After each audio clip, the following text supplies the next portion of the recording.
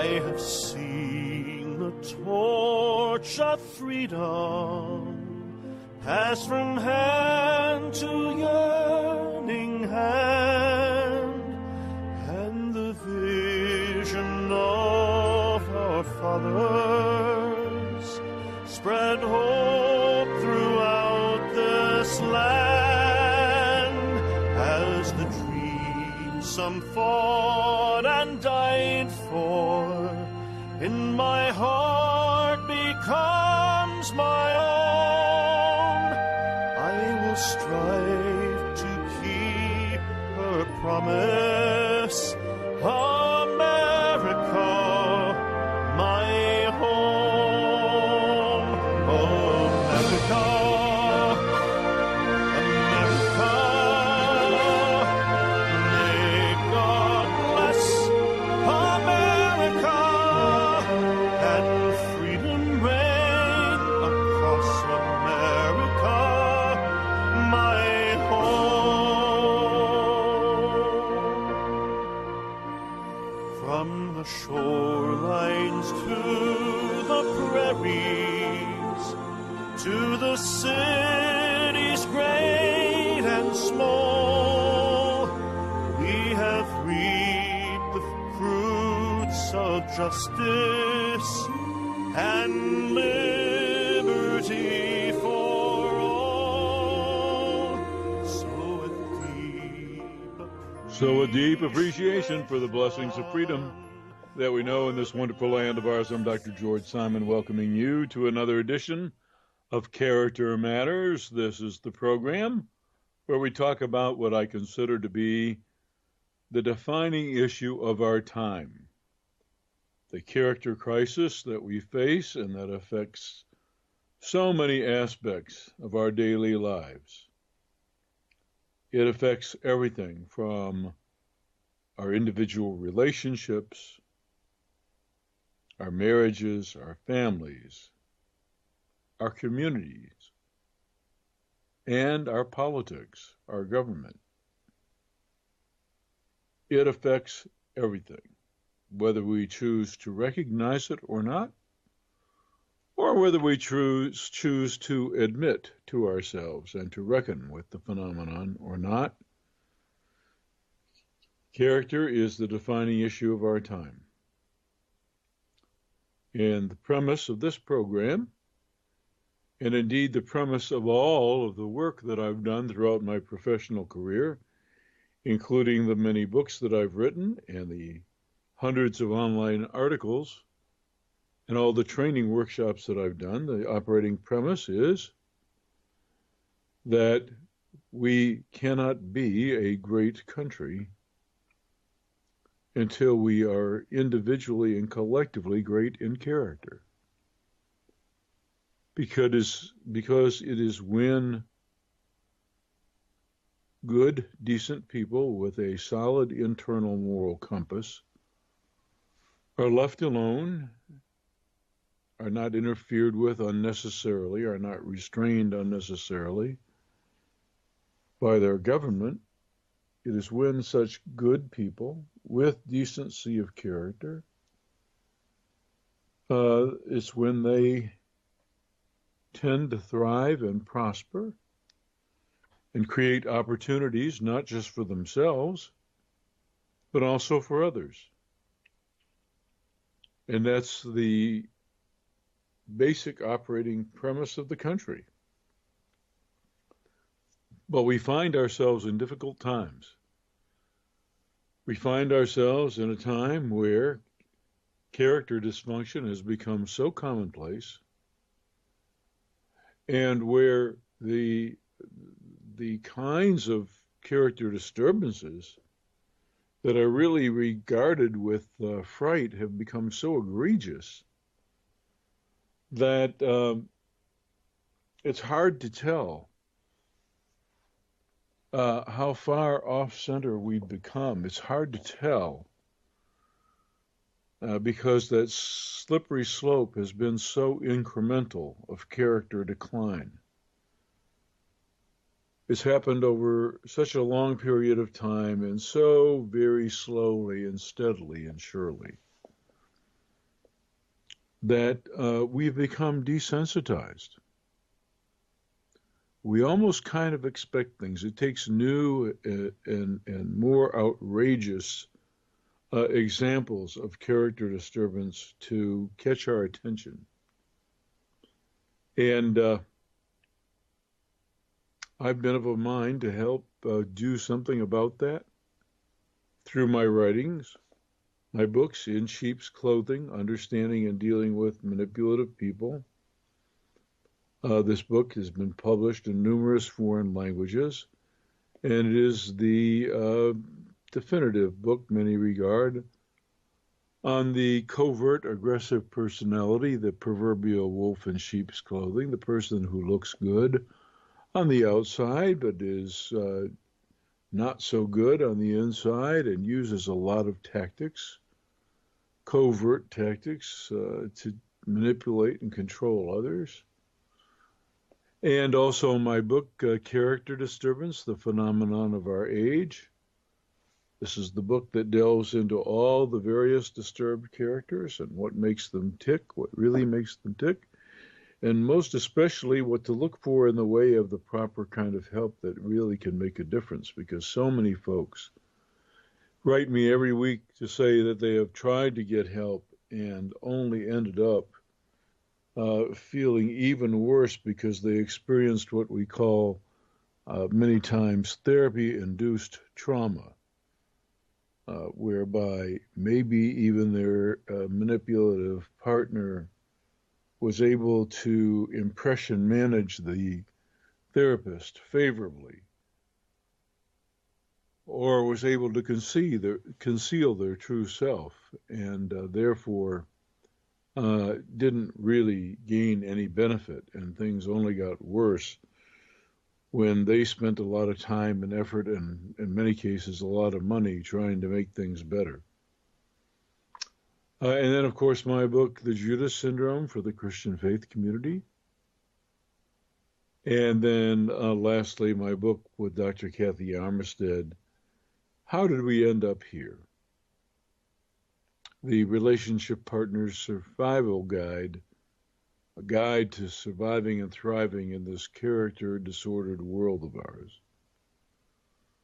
So I've dedicated my life and my work to this problem, and I certainly hope that folks who have availed themselves of my work or of my counsel in many of the Skype-based consultations that I've done worldwide, or perhaps many of the hundreds of online articles, or even some of the workshops that I have given.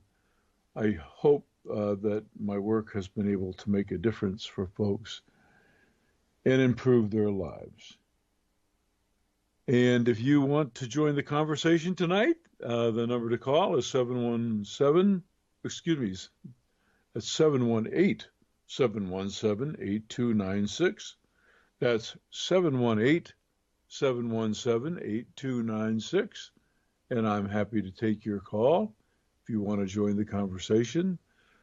We have had quite a few phone issues, unfortunately, with the program.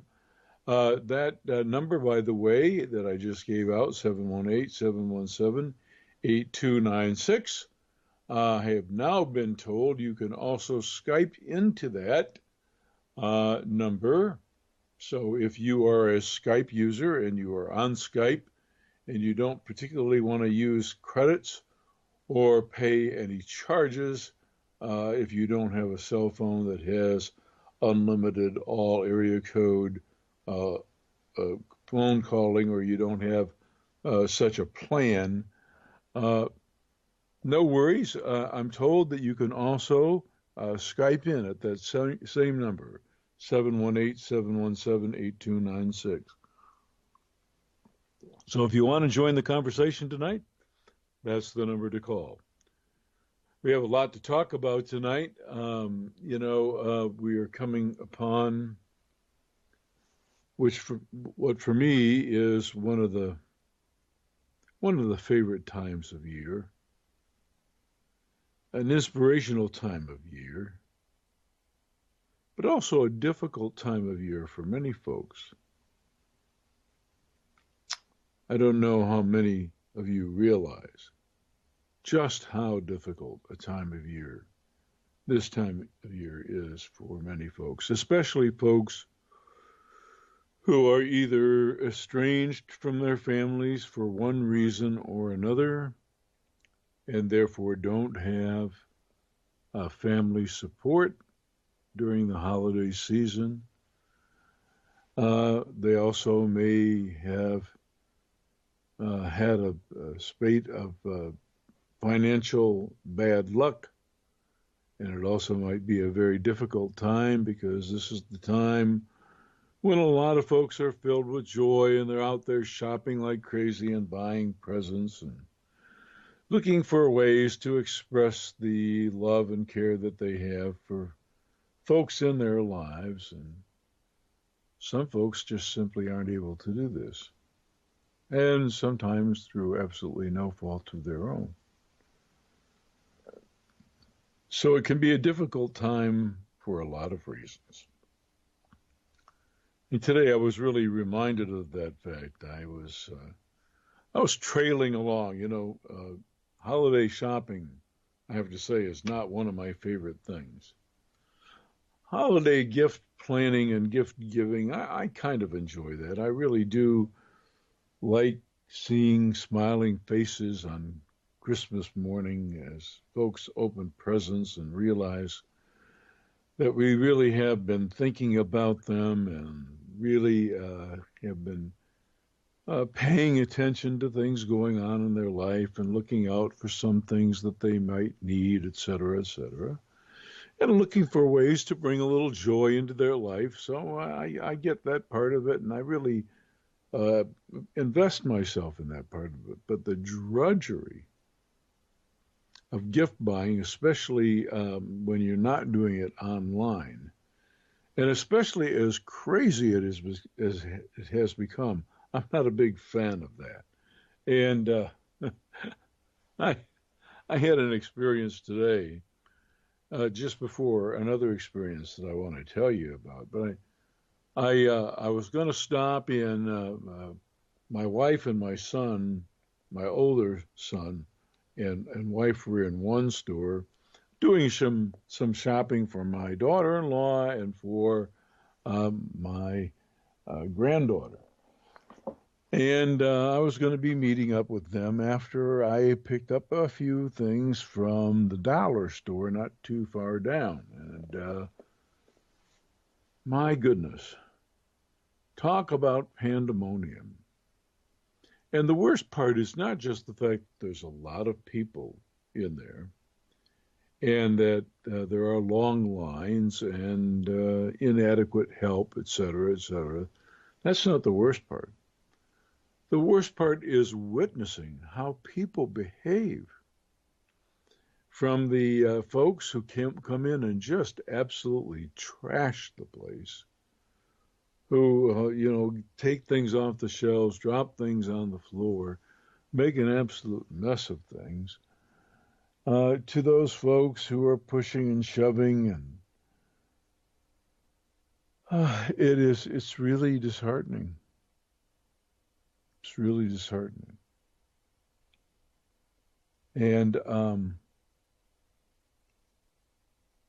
I confess I may have been one of those people today because it was so frustrating to be in a line that wasn't even moving because there were such inadequate help that I got weary of the few things that I was carrying, and because it was so almost impossible to get through people putting things back, I simply deposited things on my way out and just didn't bother anymore.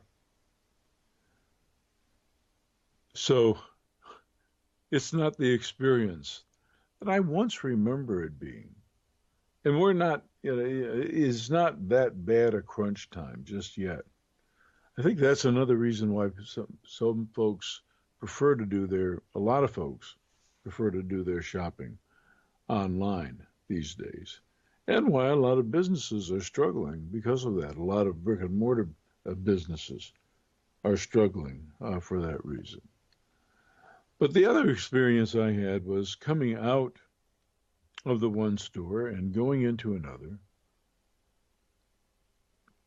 and I saw a woman bundled up very tightly who uh, said she was homeless and was looking for whatever help people could give. And sometimes these cases seem patently contrived, but this did not seem in any way such a case. And I listened attentively. I knew that I was going to do something to help this woman, but I listened attentively as passerby after passerby stopped and talked with her and offered her a buck or two or something to help her out. And so I caught a little bit of her story, and it was a really sad story. And it was one of those circumstances where, through no fault of her own, she literally finds herself on the street in an area with no family support.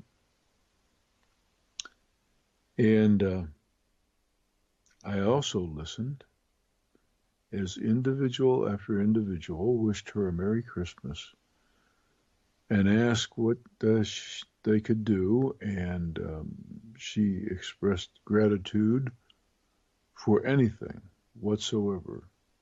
One person handed her the McDonald's takeout that he had just gotten. There was a McDonald's restaurant,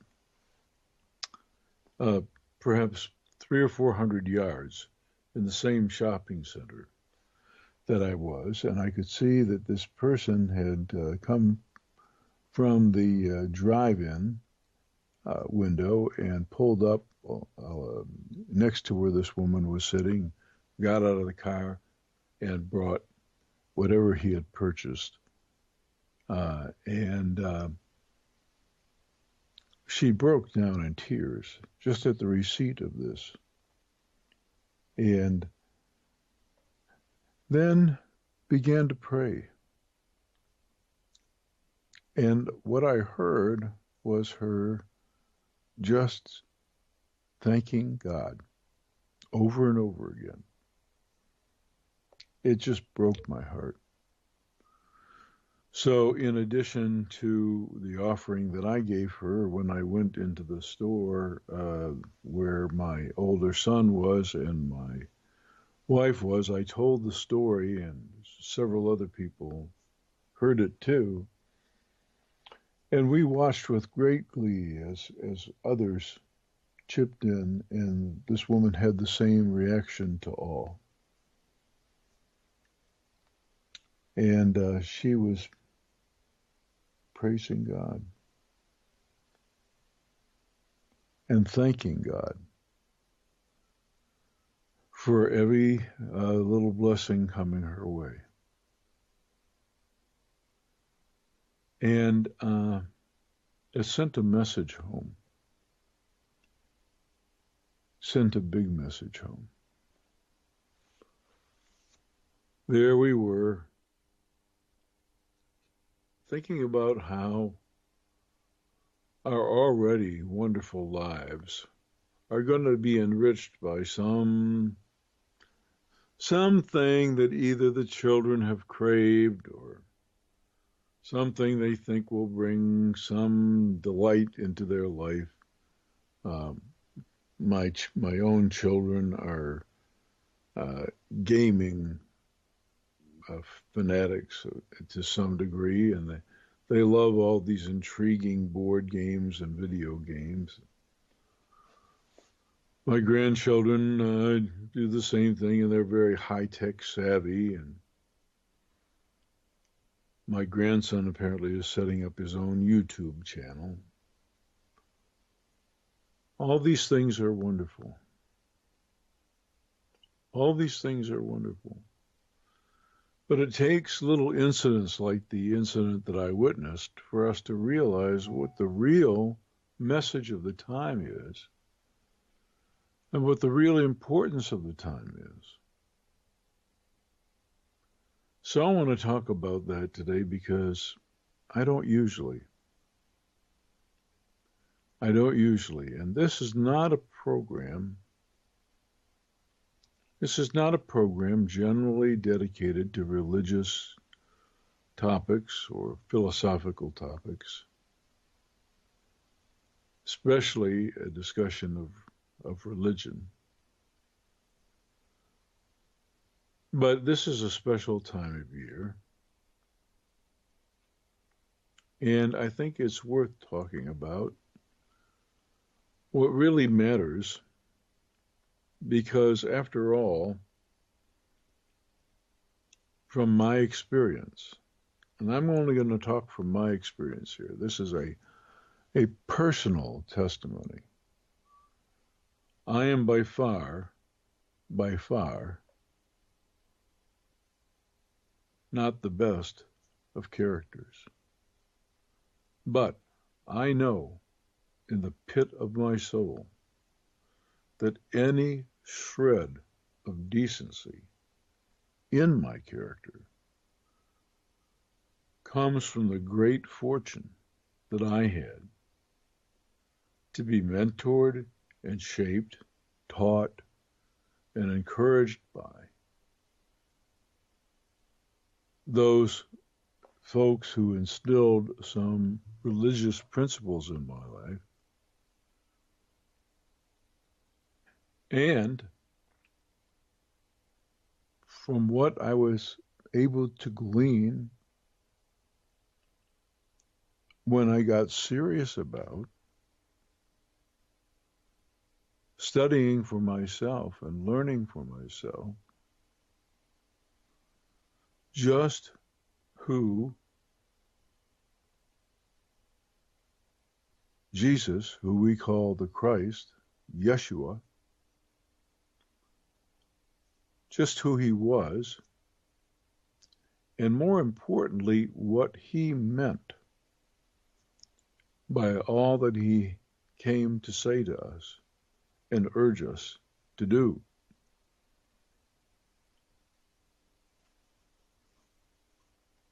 You know, I know a lot of folks who place so much importance on this whole notion of acceptance of his saving role. It's almost like all you have to do is say the magic words, and everything is better. Your life is different. The gates of heaven open up for you. And I'm not sure that that's what he meant. I think there's much more to it than that. Otherwise, why would someone waste 3 years, 3 difficult years, going from town to town, place from place, and carrying messages to people about how to live their lives, about the things that are really important, about what really matters. Then I had the good fortune to read. I had the good fortune to read a book by the author Garry Wills. That's Wills, Garry Wills. And this book was really instrumental in opening my eyes. The title of the book was What Jesus Meant. And his opening premise was that that Jesus said a lot of things. And of course, a lot of the things that he said really matters. But what mattered even more was what he meant by what he said. And that's something that many times folks didn't contemplate all that deeply. So, for that reason, I really got into this book. And it just was an eye-opener. It was an eye-opener. And I came for the first time to see something that I felt compelled to write about later on, which is one of the reasons I wrote my book, The Judas Syndrome, which, by the way, I hope that you will make yourself available of. And it's all because I had an epiphany of sorts, a real aha of sorts, an awakening in reading Gary Will's book. So I recommend that very highly too. Gary Will's, What Jesus Meant, a very short paperback read, and not just a good read, but an easy read. It's one of those cover-to-cover books. It's one of those books that once you start, you can't put down. I wish I could say that the Judas Syndrome was that quick a read. It's a more lengthy book than What Jesus Meant. So I actually hope that you'll avail yourself of both of them. Gary Will's What Jesus Meant. Not all the bookstores have it these days. It's not that young a publication. You can certainly find it online. It's a very reasonable price. But that book, and then, of course, The Judas Syndrome. And you can find links on my blog at manipulative-people.com to the Judas Syndrome and the page on Amazon for it. And you can also find it directly at many bookstores and on any of the online bookstores. And I believe you can even get it in electronic format as well. So I hope you'll make yourself available. I hope you will avail yourself of both of those books. They're great books, and this is not a paid endorsement for Dr. Wells, but let me tell you, that book really, really inspired me. So I hope you'll avail yourself of both What Jesus Meant and the Judas Syndrome. And as I was saying before, it's having come upon a new awareness, a complete epiphany, a real aha experience about exactly what he meant by all the things he was trying to say. And it just changed everything. But I have to tell you, it's a slow process. Conversion of the human heart doesn't happen overnight. Our hearts are hard and they're cold. They get that way because of our experience with this world. We have made for ourselves here a world that, by its very nature, is dog-eat-dog, competitive,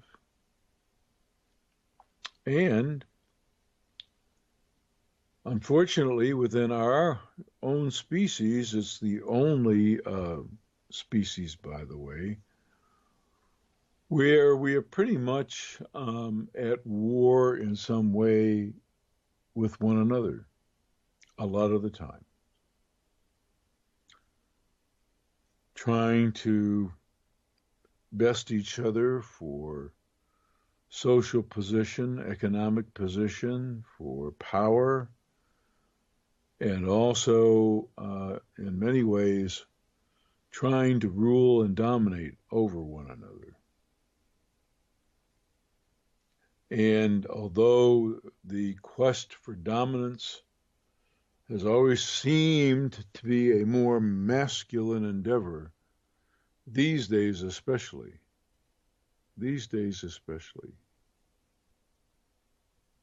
it's not just men who tend to do it. And we have right now,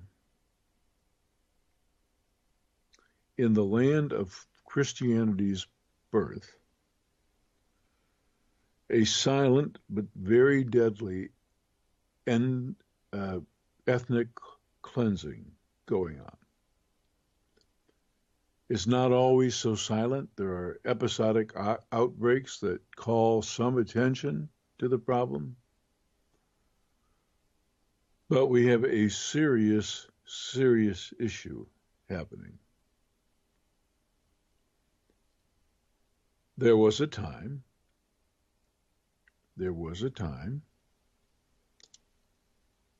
when basically there were two Christian empires. The Byzantine Empire in the Middle East and the Roman Empire. But after the Mohammedan conquest, things changed slowly over time. There many times was still a very substantial Christian minority. And at various times in history, that minority and the Muslim or Islamic majority got along very well. But then there were these horrible times on both sides where war and dominance-seeking ideology tried to decimate the other side. And in modern times, in post-Crusade times, the oppression has always come from extremist groups who want their way to prevail. And not just between Christians and Muslims, but between different sects of Muslims. And unfortunately, we're in one of those times again. And just yesterday, in Egypt, one of the Coptic cathedrals was attacked, and dozens of people were killed. We don't know how many just yet will be the final death toll. And ISIS has regained a foothold in the ancient city of Palmyra in Syria, where they had been driven out not that long ago. And at the heart of this matter is the fact that Christian minorities, because they've been protected under secular dictators, not just in Egypt or Syria, but any of the countries where there have been these kind of ruthless tyrant dictators who keep the peace through an iron fist. And minorities, fearful for their very existence, have always shown deference to these dictators, simply because they were protected, not because they had any particular love for the dictators, but because they felt protected, because they were protected. But here's the problem. Under these iron-fisted rulers, a lot of injustices occurred. And in the name of reform and in the name of a more righteous social order, a more God-fearing social order, and a more a social order more in keeping with social justice principles contained in Islam, some of these extremist groups in the name of Islam have been eliminating all of those who they perceive to be either active supporters of or having provided tacit support to, passive support to, these dictatorial rulers. And so, in many cases, the Christian minority is seen as a cancer that has to be removed. And slowly, by surely, through terror, and I mentioned this last week, we've seen this before. I mentioned last week that my own grandmother was a victim of the same kind of genocidal thinking, the same kind of ethnic cleansing thinking. Her entire family wiped out for a similar reason. So we've seen this kind of thing before, and it's happening again. And so the question becomes, how do you address it? How does the world heal? Do we do it by bombing the crap out of some folks? Do we do it by using such lethal force that we just have to anticipate and accept collateral damage? Is violence the way, anyway, to combat violence? It's a really serious question. And for centuries, we have tried to solve our problems this way. And if it had worked, we wouldn't be in the shape we're in. Now, I've heard arguments. I've heard folks say, for example, I've heard several folks, matter of fact, I heard several radio broadcast commentators just last week, because, you know, we had an anniversary of the bombing of Pearl Harbor on December 7th.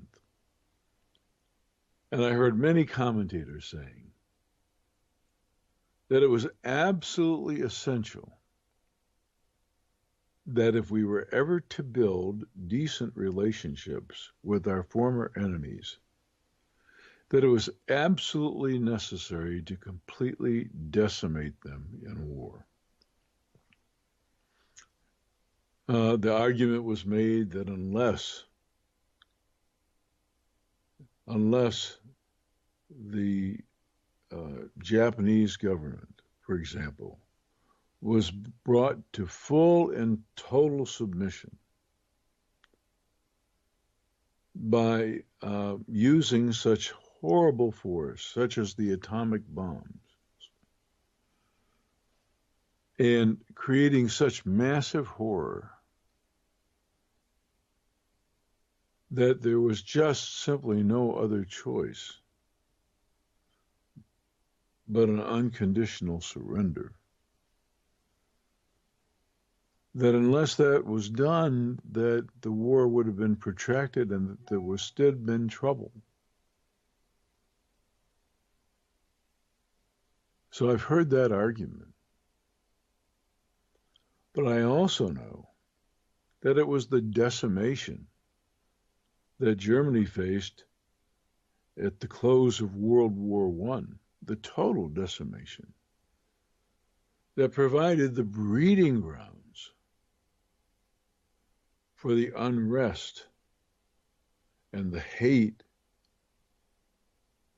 and the eventual demagoguery that brought Adolf Hitler to power and created the next and even greater world war that saw countless more millions lose their lives.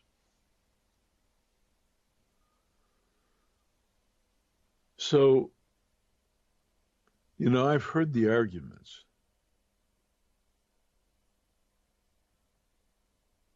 But folks who call themselves Christians celebrate at this time of the year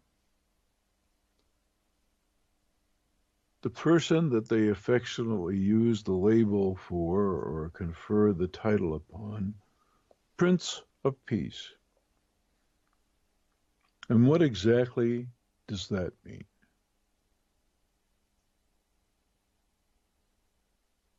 Well, there's a certain kind of peace that comes with living life on a different plane. One by which the attachments and the temptations and the pulls and the rules of this world no longer have the kind of hold on us that they typically do. We're truly, many times, a slave to the dictates of our social order. And once we have transcended that, once we have turned ourselves over to living life on a higher plane, we've turned ourselves over to a higher operating principle, to something greater, to something bigger. Once that happens, and only when that happens, can we be free. I can testify to you that I am in the conversion process. I know I am. And I'm a stubborn old fool. And I'm a stubborn old fool who has come to intellectually know better. But making all of the rest of me outside of my intellect act as I have been becoming to believe is very difficult. The world and its temptations are very strong. It almost is like there are forces out there who don't want us to get it, who don't want to see us truly thrive, prosper, and who would rather we perish. And I think one day we're going to come to some reconciliation in all of our metaphors, our scientific metaphors, our philosophical metaphors, and our religious metaphors. I think one day we're going to come to some reconciliation with all of those metaphors and explain in a way that most people can really understand this dilemma that we all face. Do we live life on the world's terms, or do we live life on a different plane? And that's what this time of the year means to me, because you hear the calling. You hear the calling in different religions, different Christian denominations, I should say. This particular liturgical season is one when we prepare the way in our hearts and in our mentality, remembering the coming of the person who came to show us the way. He didn't just come to die. He could have died the day after he was born. All that was required was to die and pay a price. That was easy. Well, it wasn't easy, but it was straightforward and simple. No.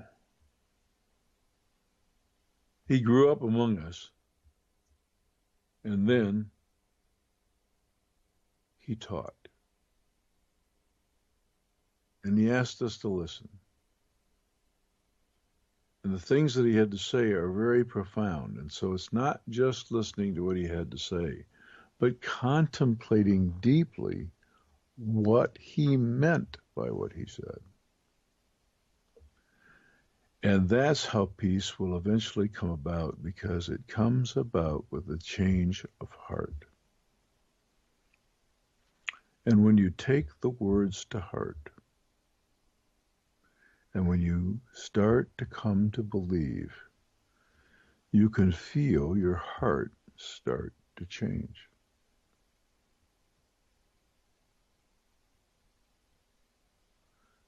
You can feel your heart start to change.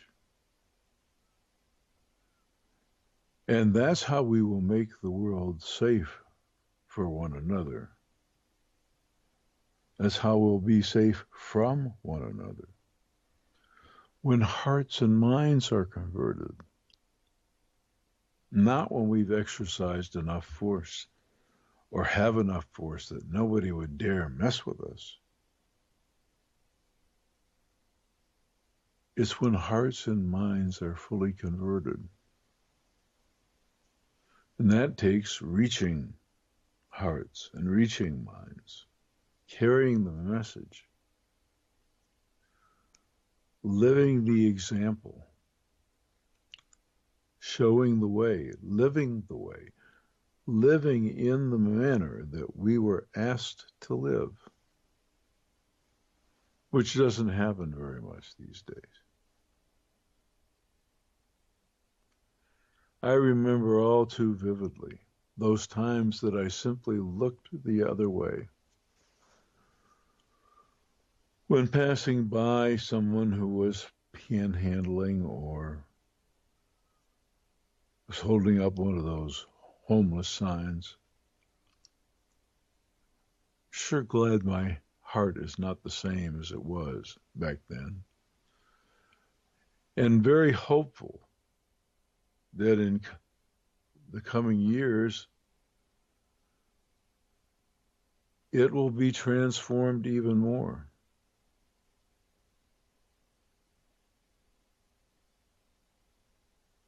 There is a certain kind of character I think we are meant to have, even though we all fall infinitely short.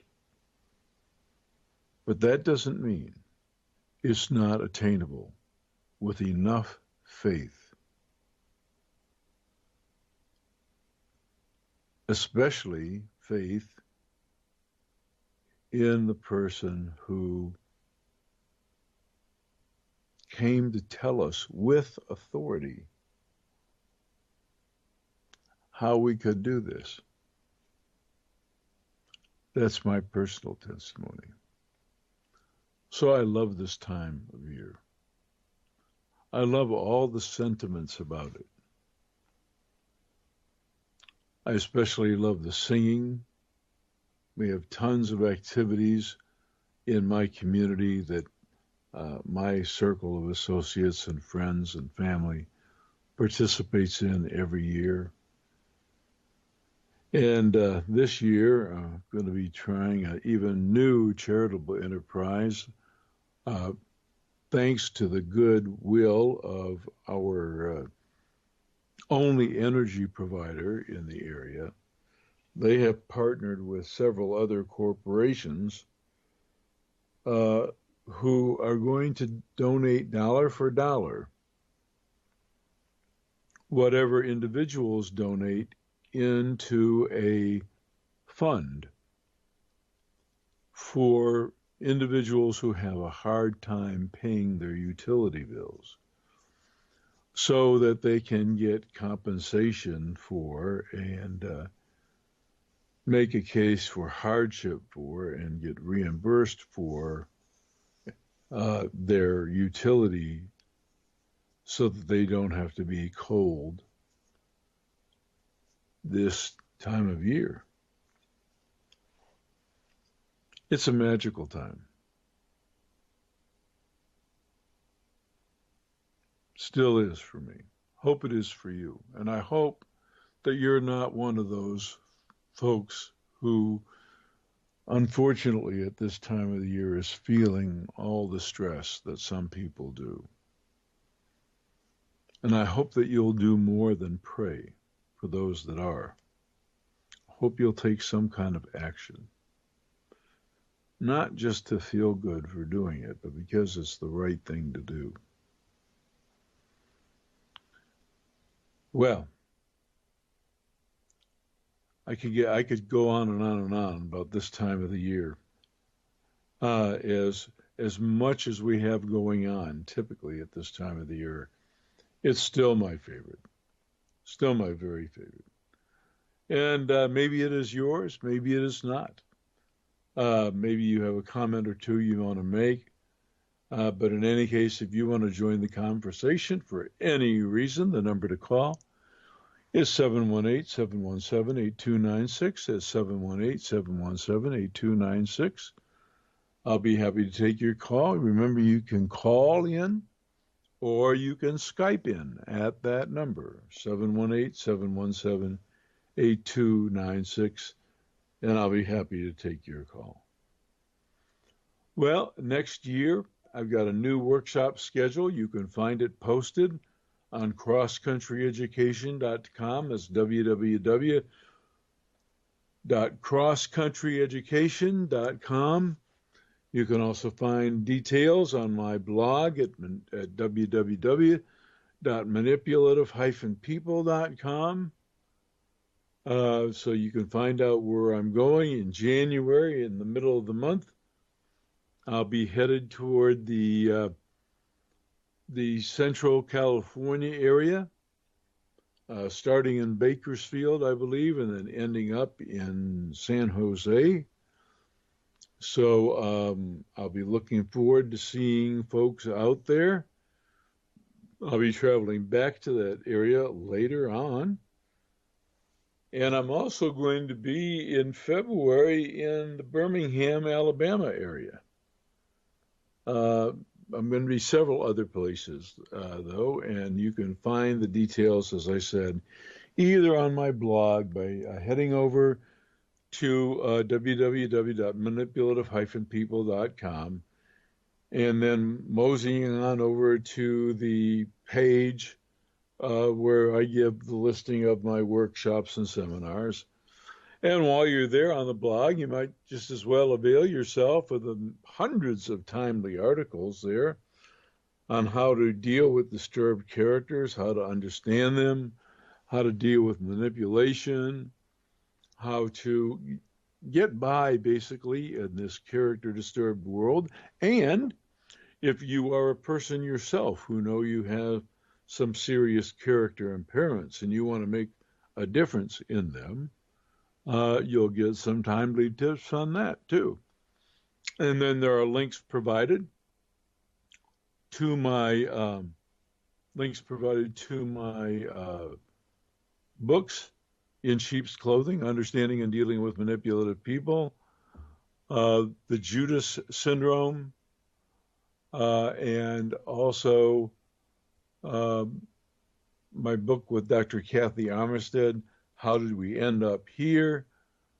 And my book, Character Disturbance, the most comprehensive book out there on all of the various disturbed characters, from narcissists to antisocials to sociopaths to borderlines, all of the disturbed characters that are likely to cause some problems in your life. How to understand them, how to deal with them, how to make a better life, and especially how to get help when you need help. All this in Character Disturbance. So I hope you avail yourself of the books and the online articles. And I hope you'll be watching out. I'm using every bit of spare time that I have over the next few weeks to put some finishing editing touches on the book that was supposed to be out many months ago, my second book with Dr. Kathy Armistead, my co-author, on the 10 Commandments of Character, how to lead a significant life.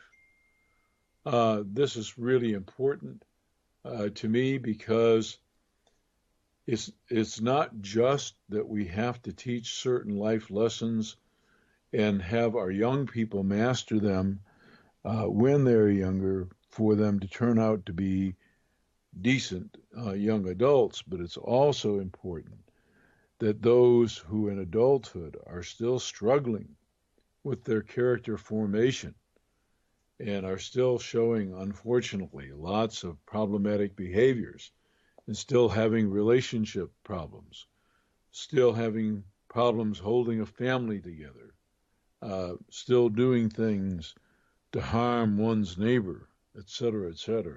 It's important for folks like that to also become acquainted with and learn and master these important life lessons that I call the 10 Commandments of Character. So this is an important work to me, and one that I self-admittedly have dropped the ball on because I've been doing so much traveling and I haven't been taking the time that I need to take in order to finish the edits and get this book where it needs to be so that it is out and available. But I'm doing my best now that I have some time between now and my first tour of next January. So please keep your eyes peeled, keep your ears attuned. I'll have more updates for you later on the program as I get closer to publishing the book. And also, we'll be live again next Sunday night at 7 p.m. Eastern. So I invite you to join with me and call in if you have a mite to 718-717-8296 and join the conversation. And in the meantime, I hope you'll remember the special spirit of the season. If you can, don't just pray for those in need. Take some time to find those in need. Attune yourself to those who are having a particularly rough time this holiday season, and find some way to make their lives better. And I'll see you again next week. Thank you. Good night.